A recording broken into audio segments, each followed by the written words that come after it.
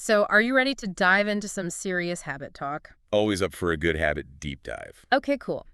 So you know that YouTube video, 17 Tiny Habits That Made Me Rich by Nisha that we talked about? Yeah, the one with like a ton of views. Yeah, exactly that one. I watched the whole thing and I'm so curious to hear what you think. I'm ready. Let's break it down. Awesome. Okay, so to get everyone up to speed, Nisha basically walks us through these 17 micro habits that she claims totally changed her financial life. It's interesting how these tiny habits things are so popular now, right? Right. It feels way less overwhelming than like completely overhauling your life. Totally. Like you don't have to become a totally different person overnight. Exactly. So the first habit that jumped out at me was this idea of creation over consumption. Oh yeah, I remember that one. What did she say about it? Well, she shared this stat about how wealthy people tend to watch way less TV than people who are struggling financially. Hmm, that makes sense. Yeah. I mean, it's easy to get sucked into passively consuming media. Right. And she's not just talking about making art or music. It's more about having a creator mindset. Oh, I like that. So like actively engaging with the world, learning new things, Yeah. solving problems. Exactly. It's about creating instead of just consuming. I love that analogy. It's like you're writing your own story instead of just reading someone else's. Exactly. And even dedicating just 15 minutes a day to something creative can make a difference. Yeah, totally agree. Yeah. Okay, what was the next habit that caught your eye? Let's see. Oh, this one was interesting. Choosing your circle. Ah, the classic, you are the average of the 5 people you spend the most time with. Exactly. And she even quoted it. It made me think about all the different influences in my life. That's a good point. It's like Yeah. social contagion, right? We're constantly being influenced by the people around us. Right. And she even shared a story about how she turned to books and online communities when she couldn't find the right people to connect with in person. That's a great reminder that we can choose our influences even if our immediate surroundings aren't ideal. I'm curious, have you ever felt like you had to be more intentional about who you spend your time with? Oh, for sure. Especially in certain phases of life. Like when I was starting my business, I had to be really mindful of surrounding myself with people who were supportive and encouraging. That makes sense. Yeah. Okay, so moving on to a habit that I'm kind of on the fence about the I can do this file. Wait, remind me what that one was again. So Nisha has this habit of documenting her accomplishments and struggles in a special file. Oh, right. Like a victory log or something. Yeah, something like that. And she says it helps her boost her confidence and overcome self-doubt. Hmm. I can see how that could be helpful. It's like a tangible reminder of your resilience. Exactly. And she shared a story about how she used this file to overcome her nerves before her first live stream. I guess it's all about focusing on the positive and celebrating those wins no matter how small. Okay, so now for a habit that I was initially super skeptical about, gratitude journaling. Oh yeah, gratitude journaling. That's a popular one. Yeah. But sometimes it feels a little forced, you know? I know, right? But Nisha actually presents it in a way that makes sense. Oh, really? How so? Well, she talks about how she sets a reminder on her phone for 8 p.m. every night and then spends a few minutes writing down things she's grateful for. So it's like building it into her routine. Exactly. And she even takes a photo from the day to go along with her gratitude entry. Interesting. I've heard that practicing gratitude can have some pretty amazing benefits for your mental health. Yeah, she mentioned that too. She said it helps her reduce stress and anxiety and even sleep better. Well, I guess it's worth a try, right? Yeah. Even if it feels a little awkward at first. Yeah, I'm thinking of giving it a shot. Maybe not at 8 p.m. though. That's usually my wind down time. Yeah, find a time that works for you. The important thing is to make it a consistent habit. All right, so next up we have automating savings and investments. This one's right up your alley. Oh, yeah. I love talking about this stuff. Yeah. It's all about leveraging technology to make our lives easier and our finances healthier. So Nisha kicks things off with a quote from Warren Buffett. Do not save what is left after spending, but spend what is left after saving. Classic Buffett. Such a simple yet profound concept. Right. And then she takes it a step further and talks about automating both savings and investments. That's where the real magic happens. Yeah. It takes the guesswork and the willpower out of the equation Exactly. You just said it and forget it. and let the power of compounding do its work. She highlights two main benefits: consistent growth without having to think about it, and less impulse spending because the money's already allocated. Those are huge. And I'd add a third benefit, reduce stress and anxiety around money. Oh, totally. When you know your finances are on autopilot, it frees up so much mental space. It's like having a personal finance assistant working for you 24/7. All right, so confession time. I've always been a little intimidated by investing. Really? Why is that? I don't know. It just seems so complicated. All those different investment options and strategies, it's overwhelming. I get it. But it doesn't have to be scary. There are so many resources available now to help beginners get started. Like what? Well, there are robo-advisors that can create a personalized investment portfolio for you based on your risk tolerance and financial goals. That sounds interesting. Maybe I'll have to look into that. And there are tons of educational websites and apps that can teach you the basics of investing. Okay, I'm feeling a little more confident about exploring this now. That's great. Investing is one of the best ways to build long-term wealth, so it's definitely worth learning about. Okay, so next up we have getting specific with financial goals. Ah, yes. I love this one. This is where we move from vague aspirations to concrete action plans. Exactly. Nisha uses the example of saving for a down payment on a house. She says instead of just saying, I want to save more money, you should have a specific goal, like, I will save $30,000 for a down payment by December 2027. I love how specific that is. It makes the goal feel tangible and achievable. Right. And it's so much easier to break down a big goal like that into smaller, more manageable steps. Totally. Like figuring out how much you need to save each month to reach your target. Okay, so now for a habit that's all about organization, the 3 spending buckets. Oh, I remember this one. Tell me more. So Nisha has this system where she divides her expenses into 3 categories: fundamental, fun, and future. And what goes in each bucket?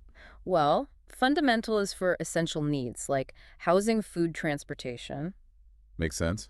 What about fun? That's for all the fun stuff: entertainment, hobbies, travel. Okay, and future. Future is for savings, investments, and any other long-term financial goals. So it's like a roadmap for your money. Exactly. She even describes it as having a financial compass always guiding you in the right direction. I love that analogy. It's about being mindful of where your money's going and making sure it's aligned with your values. And it's not about deprivation. It's about making conscious choices that support your overall well-being. Totally. Okay, what's next? All right, so this next habit is all about continuous learning, dedicating 1 hour per week to expanding your financial knowledge. I'm a huge advocate for lifelong learning, especially when it comes to finances. Nisha believes that even small doses of information can add up over time. She's absolutely right. The financial landscape is constantly changing, so it's important to stay informed. She even mentioned that she's currently learning about behavioral finance. Oh, that's a fascinating field. It's Yeah. all about understanding the psychology behind our financial decisions. I know, right? It's like cracking the code of our money habits. So true. Okay, what else is on the list? Well, this next habit really hit home for me. Stop caring so much about other people's opinions. Ooh, that's a tough one. We all struggle with that to some extent, right? It's so easy to get caught up in what other people think, especially when it comes to money. Right. Like how much we should be earning or spending or saving. Nisha's strategy is to ask herself this question: in the grand scheme of achieving my life's goals, how important is this person's opinion? That's a brilliant question. It helps put things in perspective. I know, right? It's like a filter for determining which opinions are worth listening to and which ones we can let go of. I'm definitely going to try incorporating that into my life. Okay. Okay, what's next on the habit list? This one's interesting, understanding the yes trap. Remind me what that one's about. It's about that feeling of obligation to say yes to everything, even when we don't really want to. Oh yeah, I've definitely been there. It's like we're afraid to disappoint people or miss out on opportunities. Exactly. And Nisha talks about how saying yes to too many things can actually hold us back from achieving our goals. It's true. When we spread ourselves too thin, we end up sacrificing our time and energy on things that aren't truly important to us. So it's about being more selective with our yeses and prioritizing the things that truly matter. Absolutely. It's about setting healthy boundaries and protecting our time and energy. Okay, so next up, we have a habit that I think is so crucial but often overlooked: investing in yourself. Yes, this is one of my favorites. Nisha delivers this powerful statement: the best investment you can ever make isn't in stocks, commodities, or even real estate. It's in yourself. It's so true. Our personal growth is the foundation for everything else in our lives. I love that analogy. And it makes me think about all the different ways we can invest in ourselves. Exactly. It could be taking a course, reading a book, attending a workshop, or simply spending time in nature, reflecting on our goals and values. I'm curious, what are some of your favorite ways to invest in yourself? Oh, that's a great question. Let's see. I love learning new things, so I'm always taking online courses or reading books on topics that interest me. That's awesome. I'm a big fan of podcasts and audiobooks. And I also prioritize my physical and mental health. I make sure to exercise regularly, eat healthy foods, and get enough sleep. Those are all great habits. I think self-care is so important. It's essential. When we take care of ourselves, we're better equipped to handle the challenges of life and pursue our goals. All right, so moving on to a habit that I think is becoming increasingly important in today's world, building multiple income streams. Right. Ah, yes. This is a hot topic these days. With the rise of the gig economy and the changing nature of work. Nisha shares a statistic that most millionaires have 7 streams of income. Wow, that's a lot. But it makes sense when you think about it. Right. It's about diversifying your income and creating financial stability. Exactly. If one stream dries up, you have others to fall back on. Her advice is to start with one additional stream and focus on making it sustainable before expanding further. That's a smart approach. Trying to juggle too many things at once can be overwhelming. And she also emphasizes the importance of choosing income streams that align with your interests and skills. Makes sense. It's more likely to be sustainable if you enjoy what you're doing. Okay, so this next habit is all about simplifying our lives and reducing decision fatigue. Oh, this is a good one. I think we all experience decision fatigue to some extent. Nisha shares the stories of Steve Jobs and Mark Zuckerberg, who are both known for wearing the same outfits every day. That's right. It was their way of reducing the number of decisions they had to make each day so they could focus on more important things. Exactly. She's applied this principle to her own life by creating a capsule wardrobe for work. That's a great idea. It saves time, money, and mental energy. I've definitely noticed that when I have too many choices, I get overwhelmed and indecisive. It's like our brains get overloaded with information. Right. So simplifying our routines and reducing the number of decisions we have to make can free up mental space for more important things. I'm curious, what are some areas of your life where you could simplify things? Let's see. I think meal planning is a big one for me. I spend way too much time trying to figure out what to eat each day. I hear you. Maybe you could try creating a weekly meal plan or batch cooking some meals in advance. Those are good ideas. I'm also thinking about decluttering my closet. I have way too many clothes that I never wear. That's a great way to simplify your life and reduce decision fatigue. Okay, so next up we have networking with intention. Ah, yes. This is about moving beyond the superficial level of networking and building genuine relationships. Nisha learned this from a successful entrepreneur who emphasized the importance of the who factor. So it's about surrounding yourself with the right people, people who can support your goals and aspirations. Exactly. And she stresses that it's not just about what you can get from your network, it's about what you can give.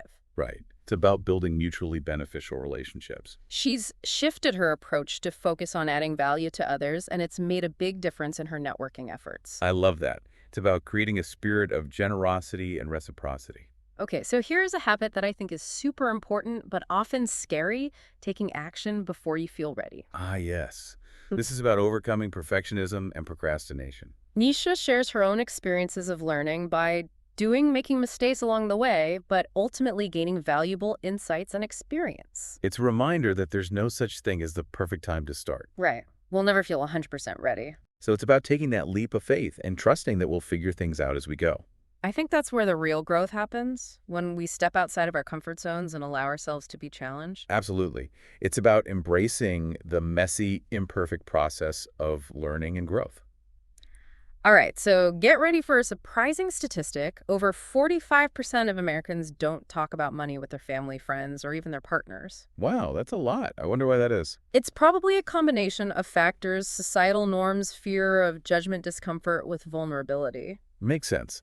Money is often seen as a taboo topic. But here's the interesting part. The same research that reveals this reluctance to discuss money also shows that 66% of Americans believe that conversations about money are key to achieving financial freedom. So we know it's important, but we're still hesitant to do it. Interesting. Nisha's advice is to start by asking open-ended questions. That's a great way to break the ice and create a more welcoming space for dialogue. Exactly. And it doesn't have to be a formal financial planning session. It could be as simple as asking a friend how they manage their budget or sharing an article you found helpful about investing. Totally. Okay, what's the final habit on the list? The 1% progress rule. Oh, I like that one. It's about making small, consistent improvements over time. Exactly. She explains it as increasing your savings rate by 1% each month, trimming expenses by 1%, or finding ways to boost your income by 1%. It's all about the power of compounding, right? Those small improvements can add up to significant results over time. Right. And it's not about making drastic changes overnight. It's about taking those small, sustainable steps that we can maintain for the long haul. That's what makes it so powerful. It's not about deprivation or willpower. It's about creating positive habits that stick. So we've covered a lot of ground. What are your overall thoughts on these 17 habits? I'm impressed by the variety and the practicality of the habits she shares. Me too. What stands out to you the most? I think the overarching theme is intentionality. Yeah. It's about being deliberate with our choices and actions. I love that. It's about taking ownership of our lives and creating the future we desire. Exactly. And it's not about being perfect or having all the answers.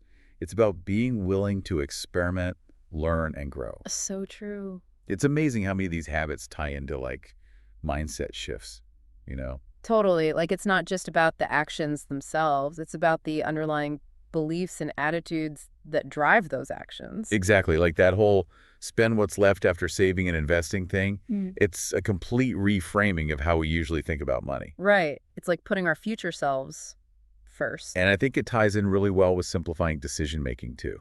If we can automate those essential financial moves, it frees up so much mental bandwidth for other Oh things. my gosh, yes. Decision fatigue is real. I think I get decision fatigue just trying to pick out what to wear in the morning. Uh-huh. I feel that. Okay, so what about that? I can do this file. I'm kind of curious about that one. Yeah, me too. It sounds a little cheesy, I'll admit it. But I can see how it could be a really powerful tool for building confidence. It's like a tangible reminder of all the times you've overcome challenges in the past. Right. And it's not just about celebrating the big wins, it's about acknowledging those small victories too. Exactly. Because those small wins build momentum and create a sense of progress. Okay, so I have a confession. I'm still a little hesitant about the gratitude journaling thing. Yeah, I get that. It can feel a bit forced sometimes. Like, are we really supposed to be grateful for everything all the time? Oh, right. But Nisha talks about how it's not about pretending everything's perfect. It's about finding those little glimmers of joy, even amidst the chaos. Hmm, that makes sense. I guess it's about training our brains to focus on the positive. Exactly. And it doesn't have to be some elaborate ritual. You can literally just jot down a few things you're grateful for in a notebook. Or even just think about them in your head. Exactly. The key is to make it a consistent practice. Okay, so switching gears a bit. What are your thoughts on Nisha's advice about creating more than you consume? I love that concept. It's about being an active participant in life rather than just a passive observer. Right. And it's not just about creating tangible things. It's about creating experiences, connections, and even just a sense of meaning and purpose. Okay, so one habit that sparked some debate among our listeners was choosing your circle wisely. Some people felt like it was a bit harsh to suggest distancing yourself from friends or family who might not be on the same path as you. Yeah, I can see how that could be a sensitive topic. It's definitely not about cutting people out of your life or judging them for their choices. So it's more about being mindful of the influences in your life and making sure they're aligned with your values and goals. Exactly. And it's not always easy, but sometimes we have to make tough choices in order to create the life we want. Okay, so I'm really intrigued by this idea of taking action before you feel ready. It's something I struggle with personally. I think a lot of people do. We tend to overthink things and wait for the perfect moment, which often never comes. So true. And Nisha's message is all about embracing imperfection and learning by doing. Exactly. It's about shifting from a mindset of fear and avoidance to a mindset of experimentation and curiosity. And you know what? Sometimes the best ideas and the greatest breakthroughs come from those moments when we just dive in and figure things out as we go. Absolutely. It's about trusting our instincts and believing in our ability to adapt and overcome challenges. Okay, so let's talk about money conversations. Nisha shared some pretty startling statistics about how many people avoid talking about money, even with their closest loved ones. It's amazing how taboo this topic still is in our society. Right. But here's the thing. Those same people who avoid talking about money also acknowledge that these conversations are crucial for financial well-being. It's like we know it's important, but we're still afraid to do it. I think it comes down to fear of judgment, fear of conflict, fear of revealing our vulnerabilities. And maybe a lack of education, too. A lot of people just don't know how to talk about money in a healthy, constructive way. That's a great point. So maybe it's about normalizing these conversations and creating a safe space for open dialogue. Exactly. And it starts with us, Hmm. leading by example and being willing to share our own experiences. All right, so let's circle back to the 1% progress rule. It's such a simple yet powerful concept. It's all about consistency and the power of compounding. Those small improvements can really add up over time. I love the analogy of planting a tiny seed that eventually grows into a mighty oak tree. It's a beautiful image, and it reminds us that even the smallest actions can have a profound impact. Okay, so I'm curious to hear what you think about Nisha's advice on investing in yourself. It's a phrase we hear all the time, but I think she really brings it to life. I love how she frames it as the most important investment you can make. And it's not just about financial investments. It's about investing in your knowledge skills, health, and well-being. It's about recognizing that you are your most valuable asset. And the returns on that investment can be incredible. Yeah. Increased confidence, greater fulfillment, and a more meaningful life. I think one of the best ways to invest in ourselves is through continuous learning. Absolutely. And that's where our sponsor Brilliant comes in. Yes. Brilliant is an amazing resource for anyone who wants to expand their knowledge and learn new skills. They have interactive courses on a huge range of topics, from science and math to data analysis and programming. And the best part is you can learn at your own pace in a way that's fun and engaging. Okay, so back to Nisha's habits. I'm really intrigued by her emphasis on building multiple income streams. Me too. It's definitely a sign of the times. The traditional 9 to 5 job is becoming less and less common. And having multiple income streams can provide financial stability and flexibility. Exactly. And it doesn't have to be about starting a whole new business. It could be as simple as freelancing or creating a side hustle. Okay, so let's talk about reducing decision fatigue. This is a habit that I think everyone can benefit from. I know, right? We're bombarded with so many choices every day. It's exhausting. And it drains our mental energy, which makes it harder to make good decisions about the things that really matter. Nisha uses the examples of Steve Jobs and Mark Zuckerberg, who wore the same outfits every day to simplify their lives. It's a great example of how we can streamline our routines to free up mental space. I'm thinking about creating a capsule wardrobe for myself. I think it would save me so much time and stress in the mornings. That's a great idea. And you could apply that same principle to other areas of your life too, like meal planning or grocery shopping. Okay, so next up we have networking with intention. This is about building genuine relationships with people who can support your growth. And it's about approaching networking with a spirit of generosity and a desire to add value to others. Nisha shares a story about a successful entrepreneur who made it a priority to connect with people who could open up new opportunities. It's a reminder that our network is one of our most valuable assets. And that it's not just about what we can get from others, it's about what we can contribute. So true. Okay, so let's revisit the habit of taking action before you feel ready. This is one that I think really pushes us outside of our comfort zones. It's about overcoming that fear of failure and trusting that we'll figure things out as we go. And you know what? Sometimes those messy, imperfect moments are where the greatest learning and growth happen. Okay, so I'm curious to hear your thoughts on Nisha's habit of asking money questions. I think it's so important to break down the taboo around money and create a more open dialogue. It's about normalizing those conversations and creating a safe space for people to share their experiences and ask for help. And it starts with us being willing to be vulnerable and open about our own financial journeys. Okay, so finally, let's talk about the 1% progress rule. This is all about making those small, consistent improvements that add up over time. It's a reminder that we don't need to make drastic changes overnight. Just focus on taking those small steps forward each day. And celebrate those small wins along the way. Absolutely. Because those small wins build momentum and keep us motivated. I love how this principle can be applied to any area of our lives, not just finances. Whether it's our health, relationships, or careers, those small improvements can lead to significant results over time. It's a reminder that we all have the power to create positive change in our lives, one step at a time. It's like she's giving us permission to be human, to make mistakes, and to learn as we go. Totally. It's about embracing the journey, not just focusing on the destination. I think that's a really important reminder in today's world where everything seems so rushed and outcome-oriented. Totally agree. It's like we've lost sight of the value of process. Okay, so as we wrap up this deep dive, I want to circle back to that call to action that you mentioned earlier. The idea of identifying one habit that resonates with us and taking one small step this week to implement it. Yeah, that's a great way to put it into practice. It's about moving from theory to action. So for you listening, I encourage you to think about which of these 17 habits really spoke to you. What's one small concrete action you can take this week to bring that habit into your life?